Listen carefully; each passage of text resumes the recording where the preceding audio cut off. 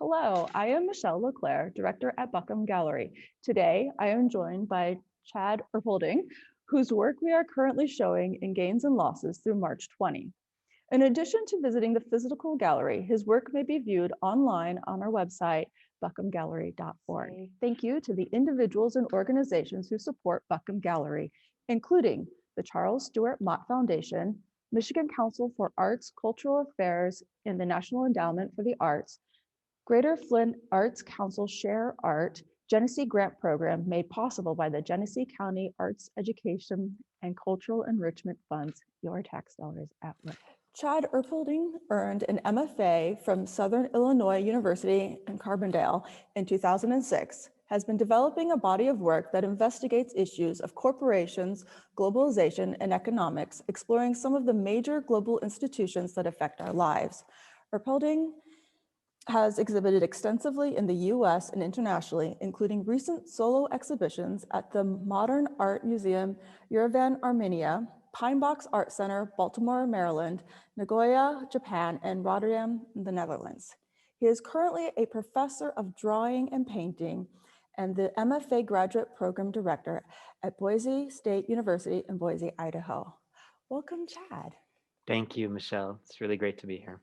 Oh, it's wonderful. Thank you so much for meeting with me today to talk about this great body of work that we're so fortunate to be able to share with our Flint audience. So the first question I have for you is, what led you to create work on the stock market? Well, it kind of naturally evolved from some other interests. And so really I think the heart of it was from my upbringing. So both my parents were accountants. My older brother is a financial director. So business and numbers were always kind of a thing. And that's what I thought I would go into. And so I started college pursuing an accounting degree as well, before I finally realized that it wasn't quite the right fit and that art was a much better fit. But my interests were always kind of there. I've always been intrigued by business and ideas around our culture in relationship to business.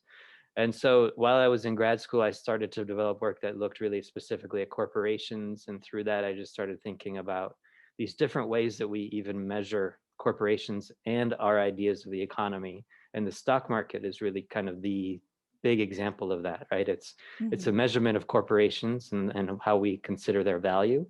And then we translate that oftentimes into what we think about our economy in general. And we just kind of conflate those two ideas together. Yeah, actually, that reminds me of reading your artist statement. You had this really great quote. If you don't mind, I'm going to share it with you here. So this was by Joseph Campbell. You can tell what's informed the society by the size of the tallest building in the place. When you approach a medieval town, the cathedral's the tallest thing in the place. When you approach a 17th century city, it's the political palace that's the tallest thing in the place. And when you approach a modern city, it's office buildings and dwellings that are the tallest things in the place. It's fascinating to me that through architecture we can tell, right, what we prioritize. And so, like, for me, looking at the stock market, it's interesting to me because we really almost worship, in some regards, the stock market or the economy. Like everything, all of the political discussions, everything is always about the economy. The idea that if the economy does good, that means everybody does good, which isn't necessarily true, and isn't really what my work investigates. But it is interesting to me how high we sort of like what high esteem we hold something like a stock market index. It's fascinating to me. It is fascinating because we sit there like when things are going on politically or socially, like, oh, how is this going to affect the stock market? Well, how is this going to do? And then the gas prices then are related to that. They go up and down depending on where the emotional attitude of the stock market seems to be. Yeah, exactly. Yeah. I mean, even just watching this last year, the stock market did great. And just like how actually unconnected it is to most of us. There is a big difference, but we still continue to talk about it as if it's the marker of how well we're doing. Yeah, that is interesting, especially this year when there were so many losses, and the pandemic. Yeah. Okay, let me bring us to Continental Shift. So this is really an incredible piece that is made up of 12 separate canvases, or wait, I should probably let you talk about it. So what is the process you use to create something like Continental Shift? Well, so a lot of my work deals with process and systems. And so, and to me, it made sense that I'm looking at these things that are kind of systematic and mathematical to take that approach to the painting itself. And so this is literally a calendar of 2019. And each row horizontally is the activity of a stock indice. And so basically it's composed of 12 canvases. Each one is a month. Mm-hmm. And so they're divided that way. And so you can count as you go through and you can start to pull that information out just by kind of looking at the piece. But so as you look at the one that we're probably all most familiar with would be the Dow Jones, which is the very bottom row. And so as you're moving across that row, each day has the color, the activity of the market determines the color that's painted on there and the value of that color. And so the whites throughout there, those are days the market's closed. And so you can see the weekends throughout the year. Oh, yes. And you can also see days when the markets are closed for holidays. And so different countries have, different activities through those times. But it's on a really simple system. So it's like, it looks complex, but the system that I've created is actually incredibly simple and incredibly straightforward. And so it's based on the idea of in the red and in the black, which is that economic term, meaning, right, if you're in the black, you're making profit. If you're in the red, you're suffering a loss. And so the blacks and the grays are the gains in the market, and the pinks and reds are days that the market dropped. And then the level of change of that day determines the level of change in value of that color. And so the darker the black, the bigger the gain, the darker the red, the bigger the loss. And it's on a mathematical system. And so literally I just like devise all this in my head, and then I just become like a robot to make the painting, and I just follow certain rules, and then the painting just kind of makes itself. But I use a syringe. So so my wife and I, we have horses, and so we have like all these just kind of weird things around, and so we have these big syringes. They're just enormous syringes for medicine. And so I use those actually to measure the paint so that I can get precise measurements for these ratios between reds and whites or blacks and whites to get that range of color throughout the year. Well, it's kind of interesting. I was intending to ask if you had like created like a formula with like a little chart, like these are for this range, it's going to be this tint. But this is even more exact if you are measuring out specifically with a syringe. That really takes it to the next level. Well done. Thank you. It's tedious and it gets really boring, so podcasts really help. But it seemed necessary for the work. If I wanted to be really trying to accurately depict this market activity across the world for an entire year as measured through these major indices, it felt like I had to go to that degree. The choices for the different indices, so basically each one's based on a continent. And it starts with the time zone. So it basically starts with the start of the day in Australia, then it moves to Japan, then it moves to South Africa, to England, to Brazil, then to New York. So it's basically time zone based from top to bottom, as well as then day based from left to right. Oh, wow. Very nice. Well, since you're talking about time zones, then that made me think of the indices with Brexit, because that is specifically installed by time zone as well. So how do you choose? Well, okay, so what specifically about Brexit that drew you to produce this piece? Well, a lot of my interests as well are in how these different economies are connected. And so um, the relationship between something that happens here, how it can affect elsewhere. I think that really crystallized more intensely through 2008, through the financial collapse, which was primarily led by just kind of bad actors in our country that then really devastated the world. And so that like that kind of interconnectedness, it seems like it's just continues to grow. Like every year, it just seems like it's more and more interwoven and becomes just impossible to even imagine not existing in that kind of interwoven world anymore through technology. Right. And so something like Brexit, a decision that was made by a very small number of people, and I was curious because I knew it had affected markets. And so I was curious, well, what happened the next day that markets opened up? What happened across the world? And so I looked at all of the major indices. And again, this is based on continent. And it's the same system.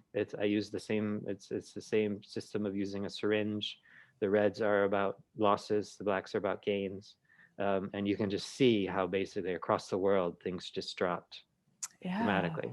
Most significantly in Europe, which is the one on the bottom left, where you can see all these really dark reds through there. But we're everywhere, it changed dramatically. The one little black dot, that's actually a volatility index. And so the fact that it went black that's in Asia, and the second one in the top, the fact that it went black actually means it's because there's more volatility.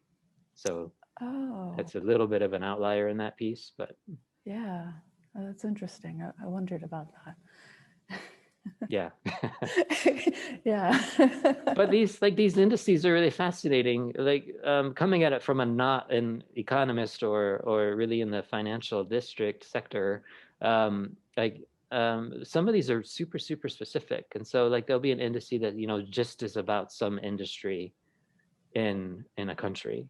And so the way that they move, it's still connected, but it maybe not is not as connected as these large ones like FTSE or the Dow that really has much more interconnected international connections.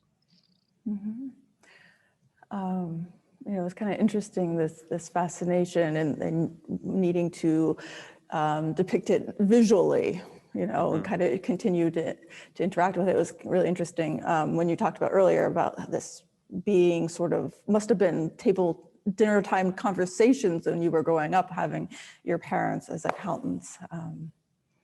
It just was always part of my life. I guess it just always there's that time when you're a kid that you just imagine you're going to turn into your parents, I guess, sort of. Like I think a lot of people go through that. And it wasn't until I really left home that I saw that there were other ways I could go that made more sense for me. But that interest, like they're a resource for me, right? So I will contact my brother and ask him questions about different things that I don't understand. And so there's always that kind of familial connection. Yeah. So I want to actually ask you about dark pools. Yeah. I had to look up what dark pools were. Would you talk about this piece and what dark pools are for the rest of us? Yes, they're fascinating. So they're private stock exchanges is what they are. So it's like a bank or some other kind of entity. Like I think some hedge funds even sponsor them or offer them. And so it's basically a private stock exchange where you can trade stocks, and they're not as regulated. They're not transparent. You can't see what's happening in them.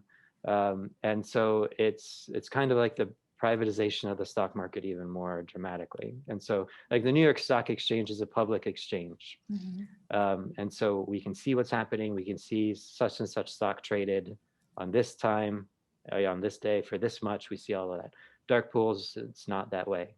So you can't see actually what is happening when. They have to release information. I think it's 2 weeks after things happen. It's like every 2 weeks they release what happened 2 weeks ago.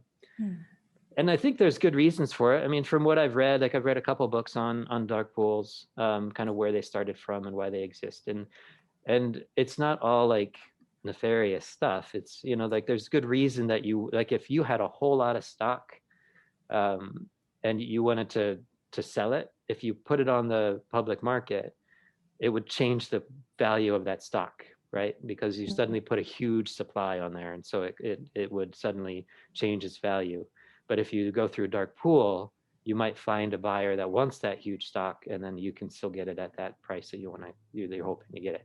But they're unregulated in the same way. There's also some serious problems from what I've read with them. But I'm still like, I'm a outsider looking at this, so it's just kind of fascinating to me that there's a sort of more secretive exchange happening around us. It was also fascinating, like standing in front of the physical pieces that you created, because they're, you know, they're not on paper or panel. They're shiny, I guess it's the acrylic and screen printing process. And they're, you can, the viewer's image is reflected on the surface. So you kind of see this, the shadow behind. I don't know if that's just kind of interesting. What was your process in like creating these? But I wanted it to be just that, right? I wanted it to be impossible to see. So I wanted it to be that there was all of this information, or this idea of information is being presented, but you can't ever really see it. And so basically, I painted it's two different blacks, and one of them is high gloss, and the other one is matte. And so the high gloss is the panel was just fully painted that high gloss, and then I screen printed the text in matte on top of that. But I had distorted the text in such a way that you couldn't read it anyway, even if you could find those moments. Like this shot is such a wonderful photo, because you can really see the text here, but you still can't read it very well. So I wanted there to always be this desire to see something and being prevented from seeing it. Well, yeah, you accomplished that. Good. Yeah. Where do you put yourself in your work in the history of painting? Well, like one thing that I'm deliberately doing is I want to engage in a discussion with painting's history through this work as well. So there's a whole other side of this work that really intrigues me, and it's very specific to painting and ideas of painting and painting's history, especially in the States. And so I'm looking at abstract expressionism and work around that time, right? And I'm looking at some of the more hard edge abstraction painters, like Ad Reinhardt was somebody that I really always loved his work.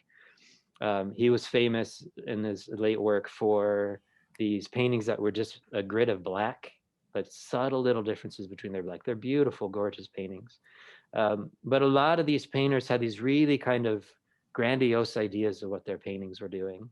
And so in a lot of abstract history within the US, you had this sense that they were somehow capturing truth or something that was universally understood, right? That there was all these really big ideas that or they're pretty problematic ideas. And what ended up happening is that they wanted their paintings to be open to everybody, inclusive of everybody, and you didn't need to know all of art history to get like all of these like subtle symbol differences that you might need to get from like a still life painting or something, but that anybody could walk in and you see this abstract painting, like you see a Pollock and you get it.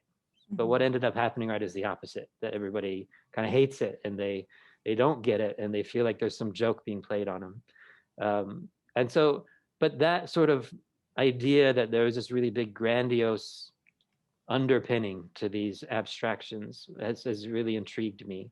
And so I wanted to kind of take that idea of this like idea of some big truth and replace that with something like the stock market, which I would say is what is now our big kind of truth or our big idol, the thing that we, back to that earlier comment, the thing that we seem to almost worship, that we're watching the stock market and we're somehow equating that to the values of our lives. And so there was something interesting to me about using that format and kind of digging into that history, but putting this data driven